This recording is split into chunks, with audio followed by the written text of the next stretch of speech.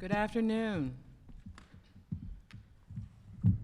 Welcome, everyone. I am Sharon Green Middleton, Vice President of the City Council, representative for the 6th Council District, and Chairperson for the Economic and Community Development Committee. This afternoon, we will hear the following bills: 22-0226, 22-0227, 22-0261, and 22-0276. The hearing for Bill number 22-0188, rezoning 3101 to 3113 Eastern Avenue, was canceled. In attendance today, we have members of the committee, Councilman John Bullock of the 9th District. Thank you, Madam Chair. Mark Conway of the 4th District. Thank you, Madam Chair. Councilwoman Odette Ramos of the 14th District. Thank you, Madam Chair. And Councilman Robert Stokes of the 12th District. Thank you, Madam Chair. And we have Councilmember Zeke Cohen of the 1st District, which is sponsor of the bill. Thank you, Madam Chair. And we have Jennifer Coates with us that staffs the committee. Members of the Office of President, we have Nikki Thomas, which is online, and Aaron DeGraffin Reed will be stepping in shortly. And from the mayor's office, we have Nina Thimulis with Government Relations and Sophia G. also with Government Relations. Before we start today, I have a practical housekeeping matter that I want to comment about, and it's about the submission of agency reports again.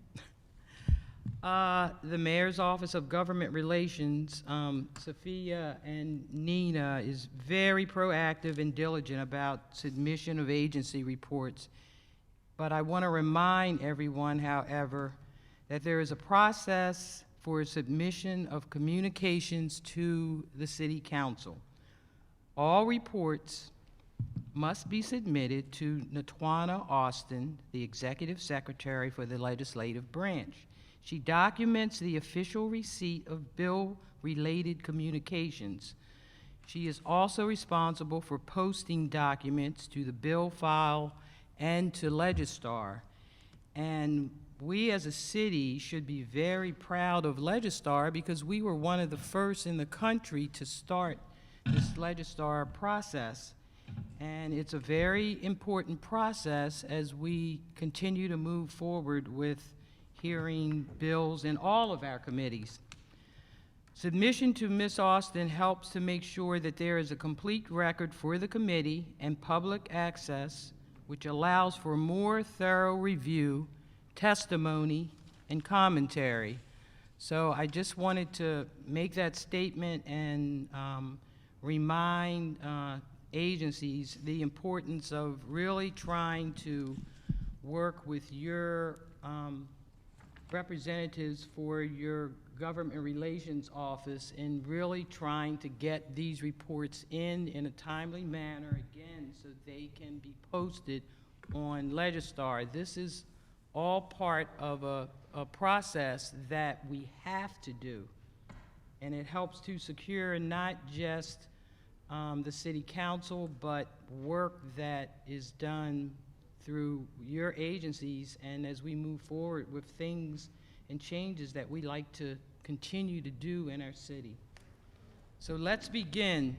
Bill number 22-0261, rezoning 801 South Haven Street, block 6458, lot 004A, and block 0467, lot 021A, and a portion of block 6458, lot 004. For the purpose of changing the zoning for the properties known as 801 South Haven Street, block 6458, lot 004A, and block 6467, lot 021A, and a portion of Block 6458, Lot 004, as outlined in red on the accompanying plat, from the I-2 and IMU zoning districts to the R8 zoning district, and providing for a special effective date. This bill was introduced on August 15th, 2022. This bill was sponsored by Councilmember Cohen. And Councilmember Cohen, would you like to comment about the bill? Thank you, Madam Chair. Thank you to my colleagues on the committee, and thank you to all of our agency representatives who are here today. I appreciate the opportunity to propose this bill, which will continue the rezoning that we have seen around the Haven Street corridor, as that corridor has become increasingly mixed with commercial as well as real estate. And as we continue to see pretty significant investment both in the retail side and the housing side, we think it's important to continue to both respect the port and the important MIZOD, which separates any sort of development from industry, while at the same time continuing to grow in areas of strength in our city where we're seeing very significant development. So this bill has been sort of a long time coming, and I appreciate the consideration of the council. Thank you, Councilman Cohen. Do members of the committee have any comments to Councilman Cohen or any questions? Moving on, we'll now hear from agency representatives, and we'll start with the City Solicitor's Office. Good afternoon, Madam Chair. Elena DePietro on behalf of the Baltimore City Law Department. The Law Department reviewed the bill, applied all the applicable laws, and found that it, provided that the City Council makes the appropriate findings of facts, the Law Department can approve the bill for form and legal sufficiency. Thank you. And then we'll move on to the Planning Commission, and also explaining the findings of facts and any amendments. Thank you, Madam Chair. Committee members. My name is Matt DeSantis with the Baltimore City Planning Department. This bill was heard by the Planning Commission at their September 22nd, 2022 hearing. The Planning Commission voted unanimously in support of this bill. Planning staff submitted to the Planning Commission a staff report recommending disapproval. However, the applicant's attorney provided supplemental findings of fact, which have been included as a part of Planning's report. Counsel for the property owner is present and likely could answer any specific questions that the committee has regarding the findings of facts. Planning staff did recommend, and the Planning Commission did concur with one slight technical amendment to the bill, and that was simply to amend and clarify that all three of the unaddressed parcels would only be rezoned in part as indicated on the plat map. Can you share some of those findings of facts with the committee? The findings of fact submitted by the applicant's attorney? Yes. I don't have them present with me. But again, the applicant's attorney is present, Okay. and So I'm they'll sure could answer testify. questions. Mhm. Okay. And I do want to make note that the commission did approve. That is correct. Thank you. Any questions at this point from the committee? Moving on to zoning appeals. Good afternoon, Madam Chair. This is Sophia from Mayor's Office of Government Relations.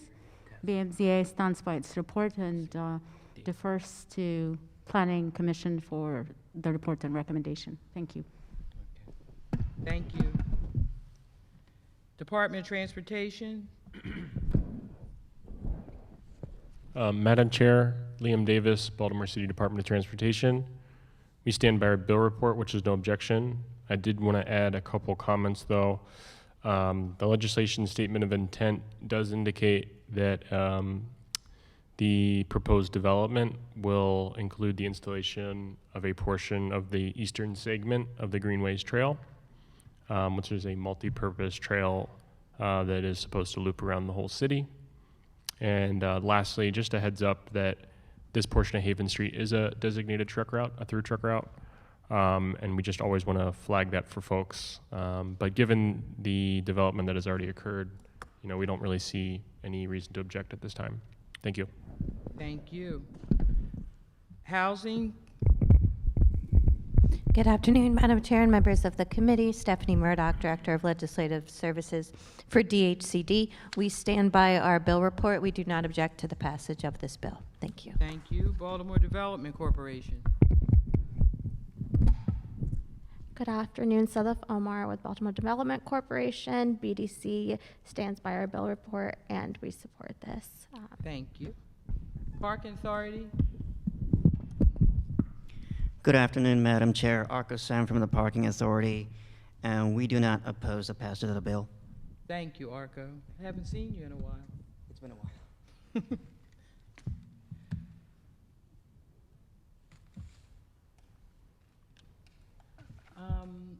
Okay, so we're going to go ahead and start public testimony, but there's a statement that I kind of continue to say.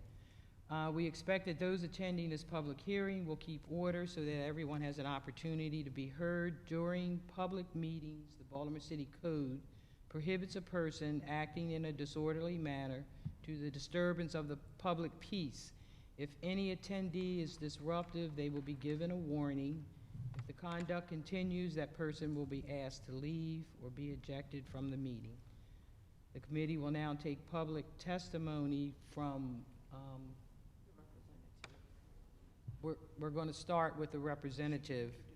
Do we have any write-ins? Okay. So the person here, the representative, you can come up to the podium, introduce yourself, and this committee is very, especially the finding of the facts, we really need some good information. Absolutely. Good afternoon, Drew Tilden from Rosenberg Martin Greenberg. I'm the attorney on behalf of the applicant. Chair, thank you for having me today. Committee members, thank you. And Councilman Cohen, thank you so much for submitting this legislation. I just want to start by saying I understand that an amendment was already drafted. We also submitted an amendment in support of planning's comments. So just a brief overview of the property. The subject property is 801 South Haven Street, along with the other unenumerated blocks that you mentioned. The purpose of this rezoning is to facilitate the continued redevelopment of Refinery Row, which, as you know, is a townhouse development in the Brewers Hill neighborhood. There were actually 2 prior rezonings associated with this development. In 2019, there were 2 railroad spurs that were rezoned to the R8 district. And then in 2021, there were additional railroad spurs, which were rezoned to the R8 district. This proposed rezoning will facilitate the development of 61 more townhomes, and as has already been mentioned, part of this project is also going to include the addition of the Greenway Nature Trail. A little bit more background. Originally, prior to Transform Baltimore, the property was zoned M3, and then under Transform Baltimore, the property maintained its heavy industrial zoning and was zoned I2. I do want to also note that 801 South Haven Street was rezoned from I2 to IMU2 in 2021. The applicant was not a party to that rezoning. As I think you've already mentioned, we submitted an additional pretty thorough memo outlining our findings of fact. I'm going to give you a summary of our arguments, and of course, if you have any further questions or if you would like me to elaborate, please let me know. On the required considerations, could you elaborate a little more on those? Yeah, absolutely. Population change and Absolutely. ability for public, just, yeah. Yeah, absolutely. If you take a look at the ACS 5-year estimate survey, in the 2020 census, the tract experienced population growth growing from approximately 2,691 in 2017 to 2,933 in 2019. If you take a first glance at the 2020 population, it looks like it shows a slight decline to approximately 2,563 residents, but the 380-person margin combined with the significant increase in residential development, up to 270 townhomes on the adjacent property, 36 townhomes at 4001 Hudson Street, and a 371-unit apartment building at 1211 South Eaton Street, indicate that the population likely held steady or increased between 2019 and 2020. If I can move forward just straight through them, if you would. Okay. Before you do that, let's go back to, I'm looking at this thing, page 6. Because there was a mistake somewhere, kind of, you mentioned that. And these things are important because we are, being recorded and all. Yeah, absolutely. And that's really the basis of our decision. Yeah, so I'm more than happy to go through that. So our application is based both on the concept of change and mistake. So the unenumerated blocks have not been rezoned since the enactment of Transform Baltimore. And since that time, as you all know, there's been an abundance of development in the area, both residential and commercial. Additionally, the planning department, and actually one of the former rezoning bills related to this project, referenced the fact that the former railroad spur in that area was condemned as of 2019, terminating one of the major industrial practices, and we believe that demonstrates a substantial change in the area. Moving on to the issue of mistake, we believe that that actually applies to both 801 South Haven Street, the property that was rezoned to IMU2 in 2021, as well as the unenumerated properties, which have been I2 since the rezoning of Transform Baltimore. So first and foremost is the failure to account for the Greenway Nature Trail. As we've discussed already, the Greenway Nature Trail has been proposed actually since 2015, prior to the enactment of Transform Baltimore, to pass through either directly through or adjacent to the property along the abandoned railroad area. And the use is actually not permitted by right in the I2 or in the IMU2 district. And furthermore, a lot of the uses that are permitted by right in the I2 and the IMU2 districts are not compatible with that kind of trail. It would not make sense to have a heavy industrial use adjacent to a nature trail. Also elaborating further, because the Greenway Trail applies to both the unenumerated properties and 801, I also want to note that 801 South Haven Street was rezoned to IMU2 in error because it appears, based on the findings of fact from that bill, that the council did not place due weight on the predominance of residential and commercial uses in the surrounding area. At this point, and I've detailed them in great detail in the memorandum, but there are an abundance of commercial and residential, high-density residential uses within approximately 1/2 mile of the area. And so it is not only that this property is surrounded by some residential and some industrial uses, but at this point it's surrounded predominantly by residential and commercial uses, with the industrial uses fading away. I've also included a zoning map in that memorandum, which demonstrates further the surrounding area and its uses and zoning designations. Okay. And I see this is also going to provide some additional rental housing options to Baltimore City residents. Yes, absolutely, and it's especially exciting because it's not just multifamily rental housing, it's actually townhome rental housing, which will allow for young families to rent these smaller homes. And that's cohesive with their master plan, their comprehensive plan. I guess that's something that's... With the city's master plan, absolutely. So one of the elements of the city master plan is facilitating residences. So it's going to provide, not, again, as I mentioned, not only additional residences, but a unique form. Because, as I mentioned, there's not a ton of townhomes to rent in the area. Thank you for Yeah. lots of these details. Do I have any other member of the committee that have any questions for Ms. Tilden? I had a question on the amendments. I don't know if it's a lot of part. Use the mic, please. Thank you. Thank you, Madam Chair. I had a question on the amendments. And I don't know whether it's a lot apartment issue or if you can answer them. So I just was looking that in each the block it says to insert a portion of the block. Yes. So we're rezoning like half a block lot. How does this? How does this So work? Ian? if you take a look at, should be included in the plat to just give you a little bit. Yeah, I see the plat here. Okay, Uh-huh. perfect. So there's going to be a subdivision involved in this as well, which accounts for the fact that we're rezoning portions. Okay, so it's understood that with the, Maybe Elena can help us with this. With her question about the plat and why it's a portion as well. I did not see the amendment, so I'm unable to comment on exactly what's happening with the amendment. she hasn't seen the amendments. And so actually, is this the amendment version that you drafted? Copy.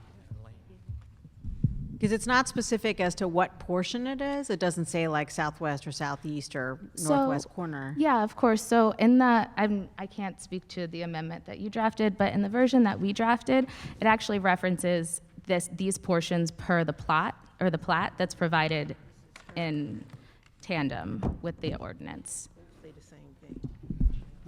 I Madam Chair. I only see one version of amendments. So we also provided an amendment in our packet that we sent over to you, just because, again, we weren't aware that planning had already drafted a different amendment. So if you check, it actually should be the first page of the packet that we handed out.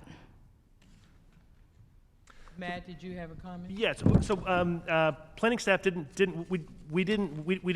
draft specific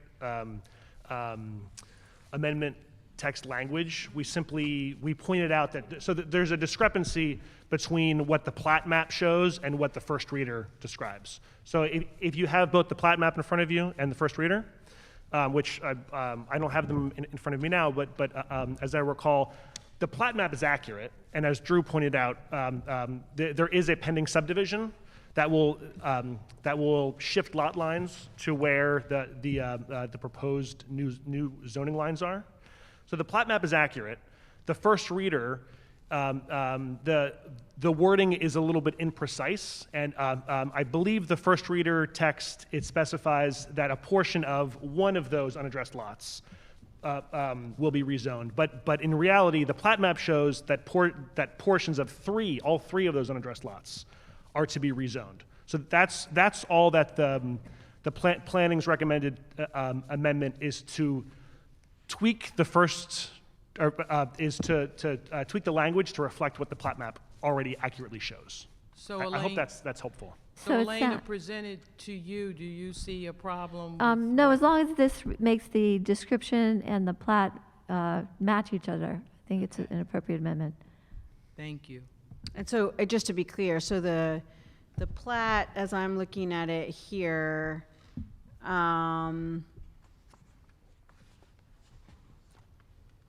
so you're rezoning the one section that's still IMU into R8, basically.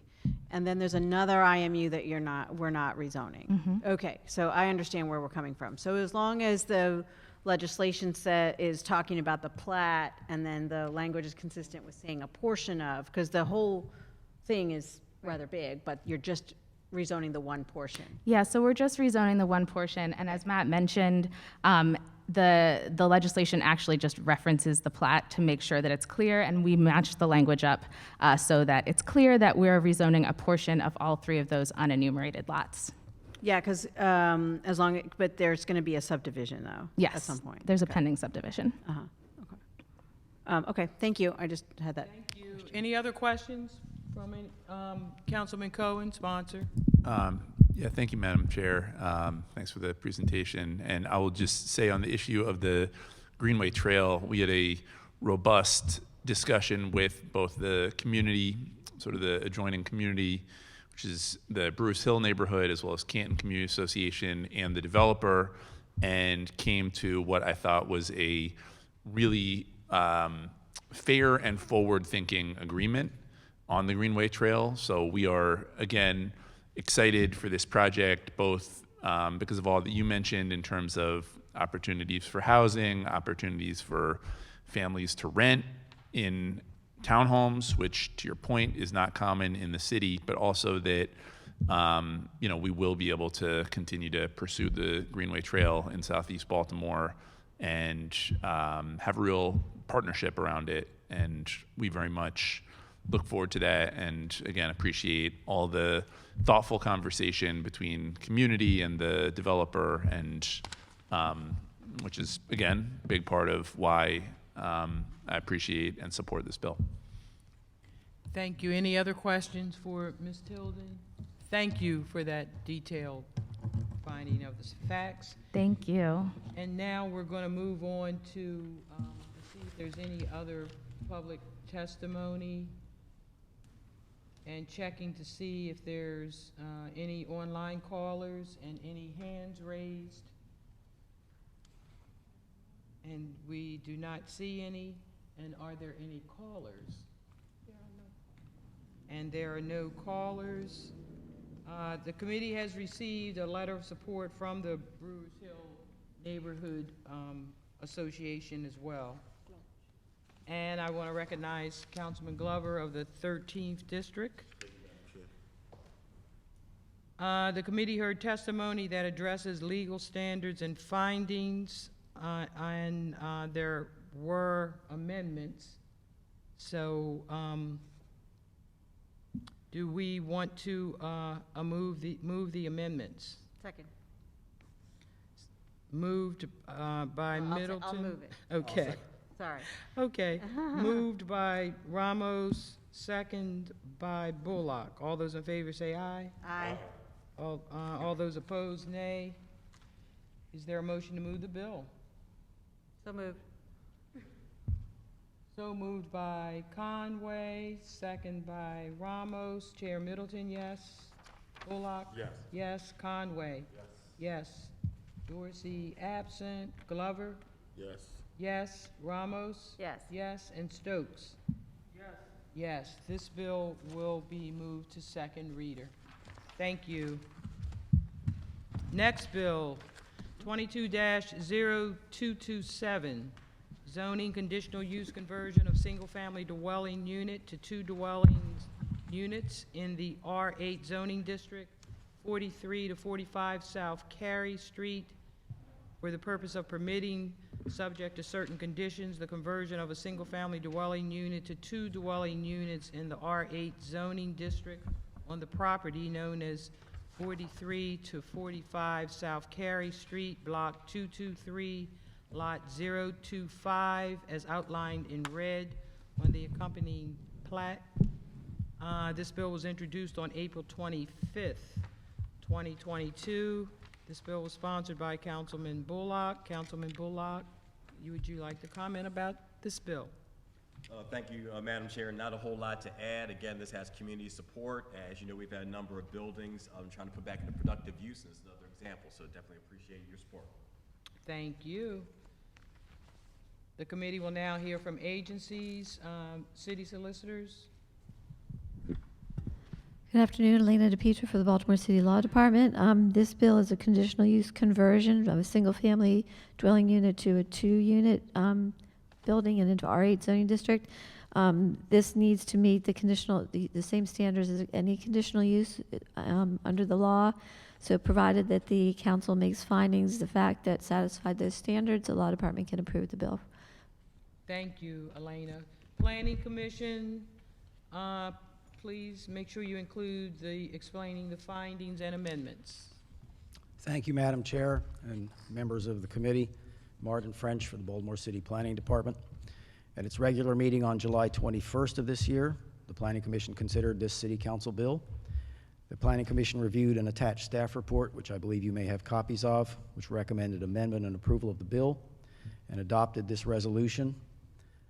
Resolved that the Planning Commission finds, in accordance with subsections 5-406A and subsection 5-406B of the Zoning Code of Baltimore City, that the proposed use would not be detrimental to or endanger public health, safety, or welfare, would not be precluded by any other law, including an applicable urban renewal plan, would not be contrary to the public interest, would be in harmony with the purpose and intent of the zoning code, and meets all criteria for approval specified in subsection 406B of the Zoning Code of Baltimore City, as further described in this report. The Planning Commission therefore recommended approval of the bill with an amendment, or two amendments, which I will go into. The bill proposes basically conversion of a former Baltimore City firehouse dating from approximately 1900 into 2 dwelling units. This property is a very significant one in the district in which it is located, which is the Union Square Historic District, and therefore the community is very anxious about proper reuse of this building occurring. The proposal is to take a 2-story building and create 2 dwelling units, apartments, upstairs of where the engine would originally have been kept, and to use the downstairs as off-street parking for the 2 units. Therefore, there is no need to have a parking variance included in this bill. The proposal is to have 3-bedroom dwellings, 2 of them. One would be in front of the original stairs in the building, and one would be in the rear of those stairs. Those units would have approximately 1,100 square feet of floor area. The zoning code requires for a 3-bedroom unit in this district 1,250 square feet of floor area. Therefore, it's necessary for the bill to include a variance of the floor area requirement for residential conversion to allow 1,100 square feet in lieu of 1,250 square feet. The alternative, which the Planning Commission heard of course, was, well, somebody could be asked to add an addition to the building. The historic nature of the building is such that it is considered inadvisable to put an addition on an historic building of this sort, and therefore it would be more appropriate to have the variance included. The basis for the variance would be the fact that this is essentially a unique structure. It is a former firehouse. It is in a residentially zoned area. There is not a great deal that can be done to modify that building because it is in the local historic district, and it would significantly injure, quite frankly, the fabric of the building to propose to increase the building in some way by putting an addition on it. There is a technical amendment which the Planning Commission is also recommending, and that has to do with the bill itself, and that is that the bill description describes the property as Block 223, Lot 25 or 025. This should be Block 233, Lot 025. That amendment should appear on lines 6 and 14 of the bill. The Planning Commission further noted that the property meets the requirements for finding of unnecessary hardship or practical difficulty, as I have explained. This is an historic structure. To require alterations of a significant nature to this structure would be inconsistent with historic preservation guidelines. The other findings that the Planning Commission made were that this application being unique to this property in relation to other property in the same zoning district would present hardship or practical difficulty that is not being created by the intentional action of a person with a present interest in the property. And the purpose of the variance would not be based exclusively on a desire to increase the value or income potential of the property, given that its large floor area comes close to the floor area per unit type conversion standards in the zoning code. The department also noted, and the Planning Commission noted, that this would add 2 additional dwelling units in Baltimore City of a large size, 3-bedroom, which is a size that is not commonly being created at the present time in Baltimore City. There are also equity findings which are contained in the staff report, which I can itemize if you need them, but I would say please refer to the report. And the Planning Commission heard testimony in favor of this bill and therefore recommends approval with the amendments as stated. And I'd be happy to answer any questions from anybody. Thank you. Thank you, Martin, for your details and your findings. Before we move on, any questions from the committee to Martin French? Hearing none. Fire Department. Thank you, ma'am. Good afternoon, Madam Chair. Kim Washington on behalf of the Baltimore City Fire Department. We stand by our report. We have no opposition to this bill. Thank you, Kim. I didn't recognize you, all covered up over there. Zoning appeals. Good afternoon, Madam Chair. Sophia Gabriel from Mayor's Office again. BMZA stands by its report and defers to Planning Commission. Thank you. Thank you. Housing, Stephanie. Thank you, Madam Chair, members of the committee. Stephanie Murdoch for the Department of Housing and Community Development. We stand by our bill report. We do not object to the passage of City Council Bill 220227. Thank you. Thank you, Stephanie. Department of Transportation. Madam Chair, Liam Davis, Baltimore City DOT. We stand by our bill report. No objection. Thank you. Thank you, Liam. BDC, Baltimore Development Corporation. Sadaf Omar with Baltimore Development Corporation, and we stand by our bill report of favorable. Thank you. And the Parking Authority. Thank you, Madam Chair. Christmas Age Parking Authority of Baltimore City. We stand by our bill report based on the planning report that the first floor will be used for off-street parking. We do not oppose the passage of this bill. Thank you. Any comments or questions from committee? Moving on to public testimony. Each person testifying will have 3 minutes to speak. Do we have anyone that have signed up? And we don't. So we'll go to online callers. Any hands raised? No hands raised. Any callers? And no callers. The committee heard testimony that addresses the legal standards and findings. And yes, we do have amendments. Do I have a move to move the amendments? So moved. So moved by Ramos, second.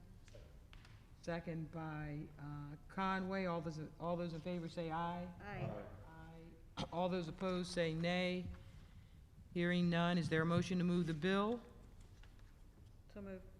Second. So moved by Ramos and second by Bullock. Chair Middleton, yes. Bullock Yes. is a yes. Conway? Yes. Dorsey, absent. Glover? Yes.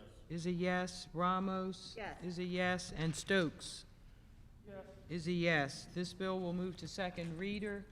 And the next bill is Bill number 22-0276, a zoning conditional use conversion of a single-family dwelling unit to 2 dwelling units in the R8 zoning district.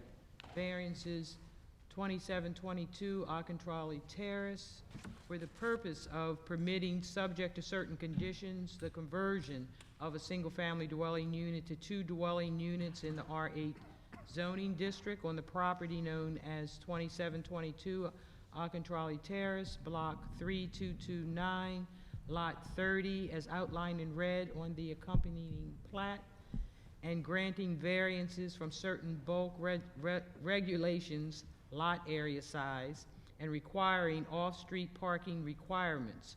This bill was introduced on September 12th, 2022. This bill was sponsored by Councilmember Torrance, and Councilmember Torrance is here. Would you like to comment on your bill? Yes, Madam Chair. The owners of this property worked with the Aucontrolli Terrace Community Association to come to an agreement and understand what the property would be used for. They sponsored a letter of support, and I stand by their letter of support with my own support, and I urge the committee to vote favorably. Thank you. Any questions to the sponsor from the committee?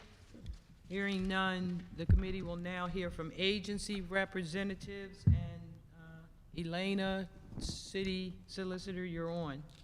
Good afternoon again. This is another conditional use conversion, which also requests the granting of 2 variances, one for lot area and one for off-street parking.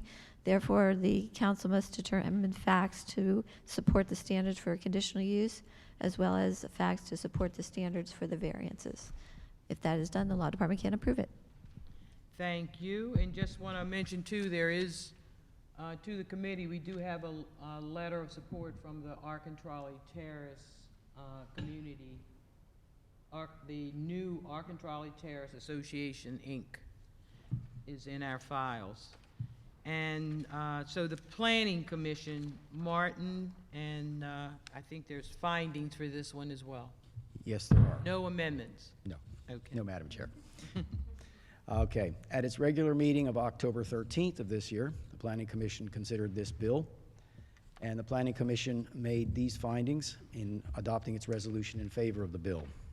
That the Planning Commission finds, in accordance with subsections 5-406A and subsection 5-406B of the zoning code, that the proposed use would not be detrimental to or endanger public health, safety, or welfare, would not be precluded by any other law, including an applicable urban renewal plan, would not be contrary to the public interest, would be in harmony with the purpose and intent of the zoning code, and meets all criteria for approval specified in subsection 5-406B of the zoning code, as described in the report itself, and therefore recommended approval of the bill. With regard to the specific issue of the variances, this property is a lot measuring approximately 15 feet by 80 feet. The building on the lot is approximately 15 feet by 63 feet. Therefore, it leaves a rear yard of only 17 feet. The zoning code requires for an off-street parking space a minimum dimension of 9 feet wide by 18 feet deep. Therefore, the property is unable to provide a parking space meeting zoning code standards in the rear yard, even though the owner was certainly willing to try to do so. However, this is in the Aucontaroli Terrace National Register Historic District, and it's considered inappropriate to require the owner to tear down a foot of the back of the house just to provide a parking space. Therefore, we would also note that this property, the property owner is working with the Planning Commission and the Commission for Historical and Architectural Preservation and has received an authorization to proceed on August 16th of this year. Therefore, this is an historic building that is being preserved, and alterations such as demolishing part of the building to make way for parking is certainly not appropriate. The other variance that is included in here is the lot area variance. This is a very large house. It is a 3-story building. The lot area required for 2 dwelling units is 1,500 square feet, but the lot only has approximately 1,200 square feet, and therefore a 20% lot area variance is needed. Given the size of the building, it contains well over the amounts required for residential conversion to create a 2-bedroom dwelling unit in the basement and first floor levels of the structure and a 3-bedroom dwelling unit on the second and third floor levels of the structure. Therefore, based upon the fact that this very large floor area exists in relation to a relatively small lot area under it, the Planning Commission considered this a unique situation and therefore considered this a basis for recommending variance of the lot area requirement.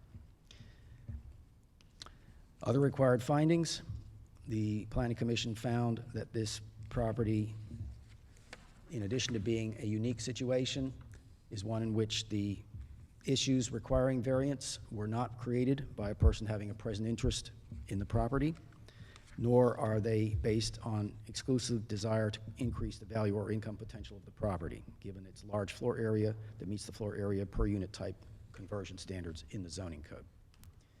The variances would not be injurious to the use and enjoyment of other property in the immediate vicinity, nor substantially diminish and impair property values in the neighborhood, nor adversely affect the city's comprehensive master plan or any urban renewal plan, nor be detrimental to or endanger public health, safety, or welfare, or be in any way contrary to the public interest.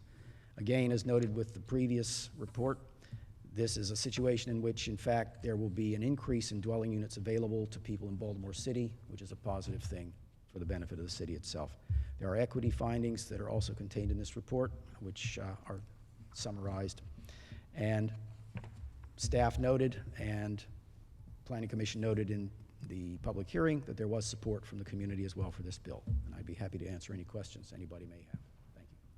Thank you. No questions, but just a quick comment that I'm glad that you are paying attention to the history and historic preservation of that area. Thank you, Councilman Torrance, for making sure that that stays that way. That's a very strong African American community with a lot of history, and with all the changes that seem to be beginning to take place with Druid Hill Park, it's just important that a number of those things really stay in place. So thank you for that, and thank you for the findings. Any questions for Mr. French from the committee?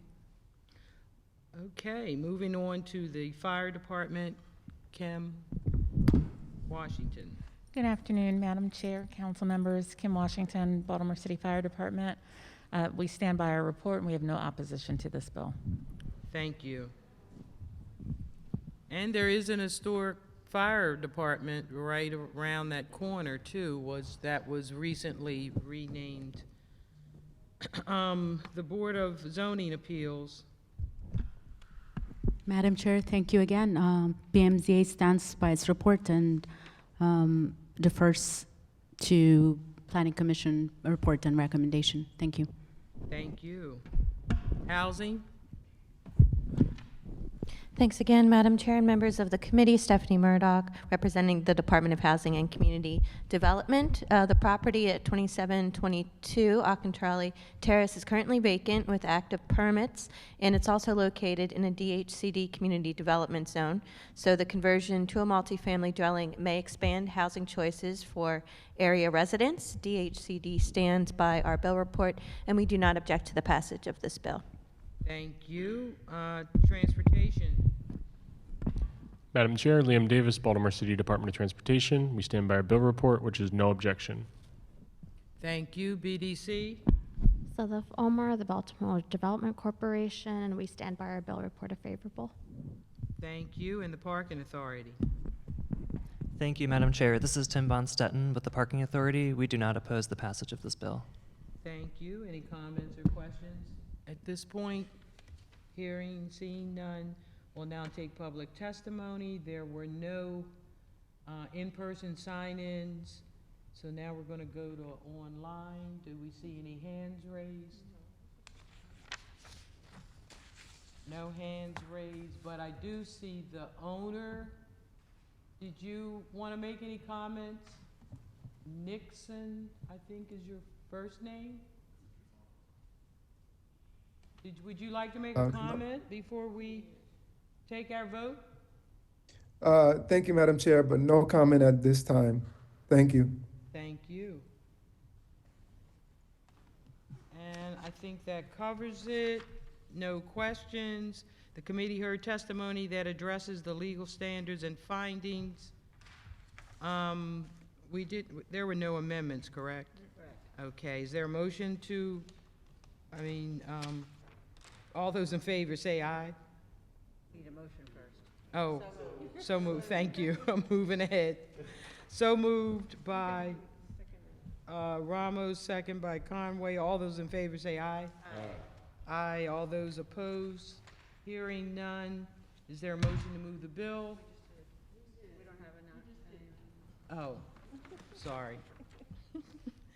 And I think this is our last one? One more. One more. Oh, I'm sorry. I'm moving quickly. Chair Middleton, yes. Bullock? Yes. Yes. Conway? Yes. Yes. Dorsey, absent. Glover? Yes. Yes. Ramos? Yes. Yes. And Stokes? Is a yes. Next bill, 22-0226, Urban Renewal Charles North Renewal Area Designation and Urban Renewal Plan. And this reading is a little bit lengthy, so bear with me.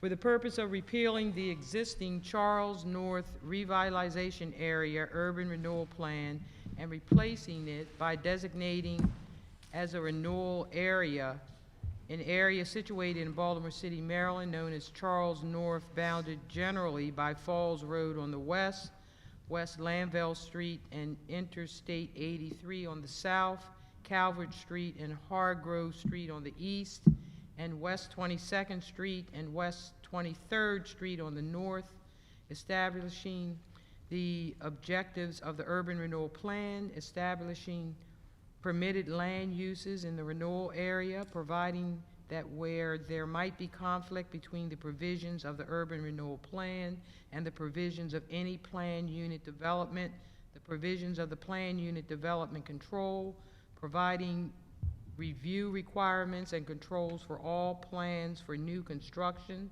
providing that the provisions of the Baltimore City Zoning Code apply to the properties in the urban renewal area, establishing controls for off-street parking facilities, authorizing the conditions for acquisition of properties in the urban renewal area, providing for review by the Department of Housing and Community Development of development and rehabilitation plans in the urban renewal area with respect to their conformance with the provisions of the Urban Renewal Plan, providing for community notification of any permit application for the development or redevelopment of any property within the boundaries of the urban renewal area, creating disposition lots, and providing for specific control on specific lots, providing for the term of the urban renewal plan, providing for community review of all proposed amendments to the urban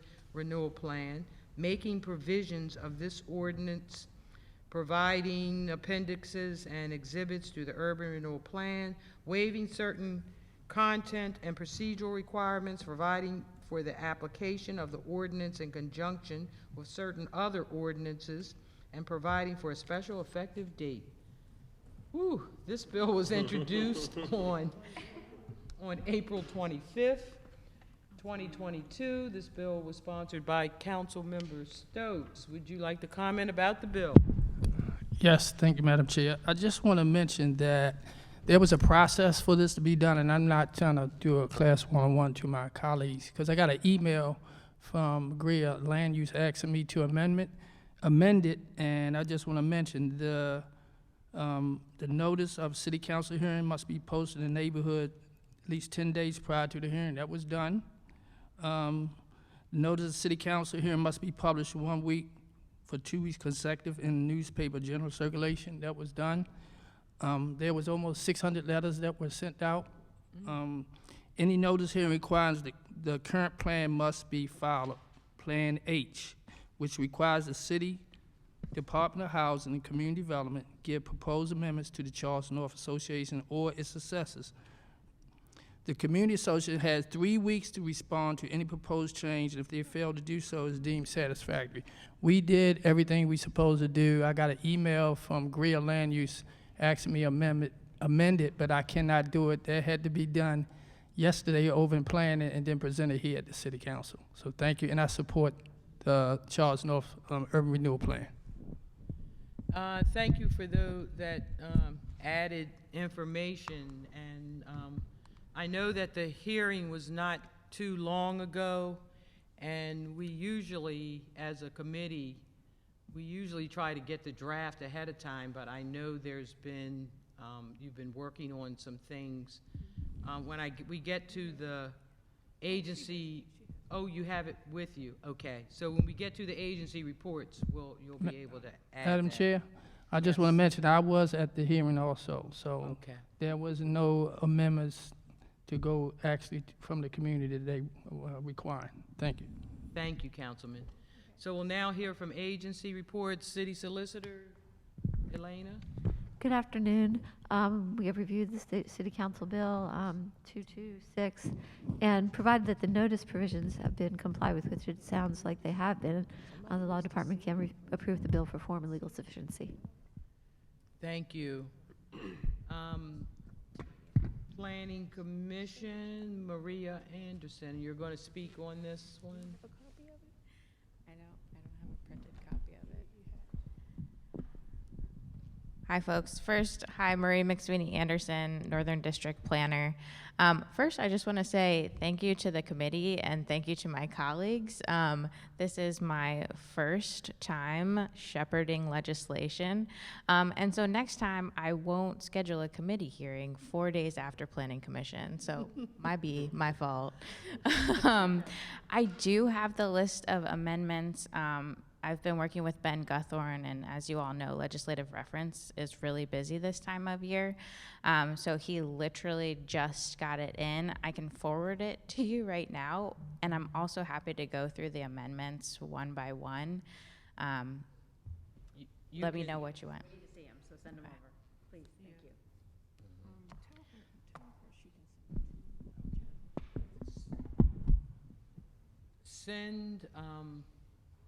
Just send it to Jennifer Coates, and she's going to go make copies for us.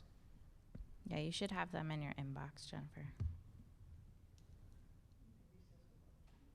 And we're going to recess for just 2 minutes while she makes copies. So great. And then we can move on. Might be 3 minutes.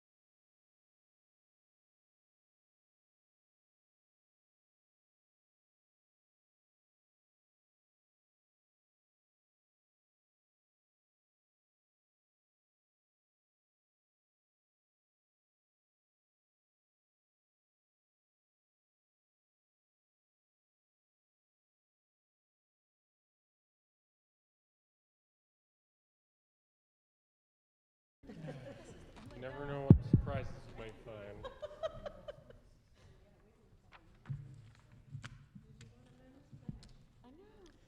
Okay, we're back in session again. And we have, the committee now has a copy of the amendments. So we're going to begin the hearing again for Bill number 22-0226. And again, that's the Urban Renewal Charles North Renewal Area Designation and Urban Renewal Plan. And we're going back to the Planning Commission with Maria Anderson. You're on. Great, thank you so much. So a little bit of background about the Charles North URP and just a few important things that I think I should mention here are just first the goals of this URP. So the primary goal of the URP is to provide requirements and standards designed to ensure that any new uses and development proposed in Charles North enhance the viability, stability, and attractiveness for residents and businesses in Charles North. And one of the really important pieces is that Charles North is a historic community with the Station North Arts District. So it has this really contemporary use as well as historic uses as well. So a lot of the design guidelines have to do with protecting the existing architectural and historical fabric of Charles North, and also ensuring that development is in scale with Charles North's collection of historic buildings. And also to provide the opportunity for the Charles North Association and for community to be engaged in development that happens there. So on December 8th, only 4 business days ago, the Planning Commission considered City Council Bill 22-0226 and approved it with the staff amendments. Just to review the amendments, there are kind of 3 main buckets for the amendments, and then we can kind of go through them one by one. So the first main one is the addition of a waiver policy. So many urban renewal plans have waiver policies which allow a property owner who doesn't agree with the URP's decision to have the opportunity to appeal the decision. And so we ensured that a waiver policy was included to allow property owners to have the right to appeal decisions. Next are just the majority of, so there are 15 amendments, but the majority of them really have to do with the design guidelines. And so over the summer and in September, the Planning Department and Law Department reviewed the Charles North URP draft for legal sufficiency. And so areas where items were not enforceable, language has changed from being required to recommended. So you'll see that a number of times in the later amendments in the design appendices. And then last but not least, we had 2 public meetings, and we're really lucky that we did because 2 of the contributing and landmark structures were not included in this draft, and that came from the public meetings, so we're glad that we held those. Oh, and then lastly, you all might have read in the first reader that I don't mean to stop you, but Sure. could you just go over the landmark structures? What? Yeah, so landmark structures are historical structures. So the Parkway is one. The 2 that we missed were actually the Center, which was just redeveloped on North Avenue. So like Penn Station, lots of the historical buildings that offer the historical character to Charles North. Okay. And just a note, I think it's amendment number 5. In the first reader, it said that December 31st, 2022 was the end term for this URP, and it would be a shame if we went through all of this work just for the next 2 weeks.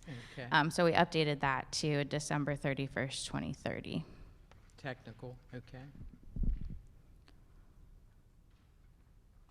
So I'm happy, do you want me to go through the amendments one by one, or is that sufficient? Okay, great. So amendment number 1, if you have the first reader pulled up, there is a table that talks about the land uses and the prohibited land uses. So there are 11 uses that are prohibited. And I just want to mention that 7 of these were already prohibited in the current URP. And so this is really just streamlining. But after community conversation, one of those that was considered was childcare or daycare center, child and adult in TOD4. And after internal community conversation, it was said that actually in TOD districts, child care centers should be allowed, so that X will be struck there. For amendment number 2, this has to do with demolition. So in the instance where demolition needs to happen for public safety, we just took out lines 27 through 29. Amendment number 3 is the issuance of a waiver, which I just spoke about. So that is the language there which will be added in. Amendment number 4 is on page 10. And that, again, is just for clarity and redundancy. Could I just say, do all of these amendments match with what the Planning Commission, their recommendations? Yes. Okay. Yeah, so all of these were the staff recommendations which Planning Commission approved.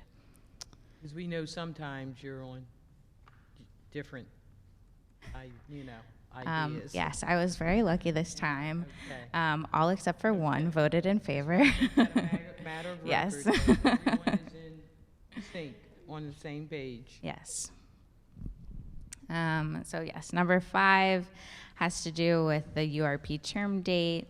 Amendment number 6, just striked approved to satisfactory. And this is really because at the end of the day, DHCD and Department of Planning have the final say when it comes to URPs. The Charles North Community Association can give their recommendations, but it's up to the government to make the final decisions. Amendment number 7, these are the 2 landmark structures which will be added. And then really amendment number 8 all the way through number 15 has to do with clarity around language and enforceability for the design guidelines. Any questions at this point from any committee members? And seeing none, thank you. And we'll move on to someone here for the Commission for Historical and Architectural Preservation. Martin French. Thank you, Madam Chair. Martin French, speaking on behalf of the Commission for Historical and Architectural Preservation. The Commission is recommending amendment and approval of City Council Bill 22-0226, concurring with the analysis set forth in the Planning Department's December 8th, 2022 staff report, which you've just heard. Thank you. And that covers the historical pieces. Zoning appeal. Good afternoon, Madam Chair. This is Sofia Gabrahewat from Mayor's Office of Government Relations. BMZA stands by its reports and defers to Planning Commission. Thank you. Thank you. Housing. Thank you once again, Madam Chair and members of the committee. Stephanie Murdoch, Director of Legislative Services for the Department of Housing and Community Development. We stand by our bill report. We do not object to the passage of 22-0226. Thank you. Thank you. Transportation. Madam Chair, Liam Davis, Baltimore City DOT. We stand by our bill report. No objection. Thank you. BDC. Sadaf Omar with Baltimore Development Corporation, and we stand by our bill response as favorable. Thank you. Department of Public Works. Thank you, Madam Chair. Marsha Collins, representing Department of Public Works. We were present at the Planning Commission and heard the discussion surrounding the amendments of the bill, and we support its passage as proposed to be amended by the Planning Commission. Thank you. Do committee members have any comments or questions before we take public testimony? And seeing none, We'll go ahead, the committee will now take public testimony. Each person testifying will have 3 minutes to speak, and we do have two in-person that have checked off. Whoever would like to go first, you're on. Identify yourself and... Good afternoon, Madam Chair, City Council. Thank you. My name is David Lapidus. I'm the president of the Charles North Community Association. So I would just like to say thank you. This has been a hard work for us for 4 years, updating our URP to coincide with Transform Baltimore. When that zoning code changed, this URP gives our community an important voice in development, and it's been a lot of hard work. We've brought it up at every community meeting, and we even bring up every permit, every appeal goes to our general members and our board meetings. So it's a community-wide effort, and we're fully in support, obviously. So we hope it passes. Thank you. You had a taste of what the council went through for Transform Baltimore for the entire city. So thank you for those comments. Thank you. Okay. And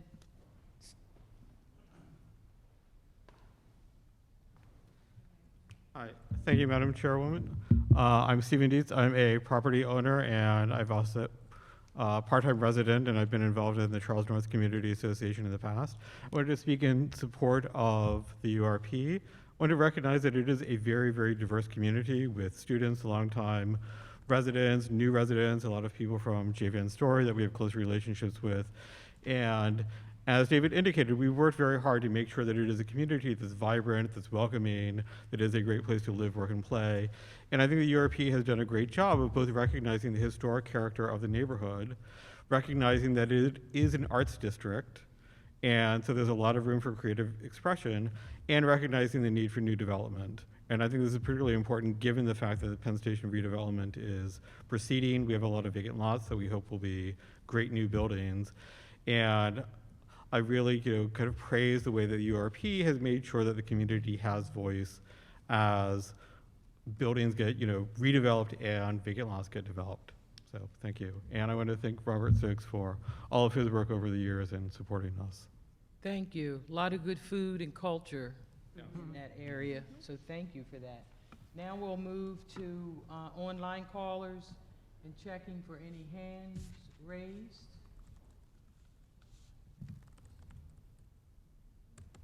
No hands are raised, and are there any callers? And there are no callers. And we do have amendments to consider. Is there a motion to move the amendments? So moved by Conway and second by Stokes. All those in favor say aye. Aye. Aye. Opposed? Hearing none. Is there a motion to move the bill? So moved. So moved by Stokes, second by Conway. Chair Middleton, yes. Bullock? Yes. Yes. Conway? Yes. Dorsey absent. Glover? Yes. Ramos? Yes. Yes. And Stokes? Yes. Yes. This bill will be moved to second reader. And I want to thank everyone for attending today's hearing, and a quick congrats to Liam Davis of Transportation. We're congratulating his over the 10-year hump of his employment. And he has been just doing a wonderful job. You want some comments before we close out? Just thank you, Madam Chair, and for all of the council members here. I know I probably owe you emails. Really trying to play catch up my inbox, but it's been a joy these past 11 years. Thank you. Enjoy the upcoming holiday. Have a great day, and these hearings are adjourned. In January. Thank you, Madam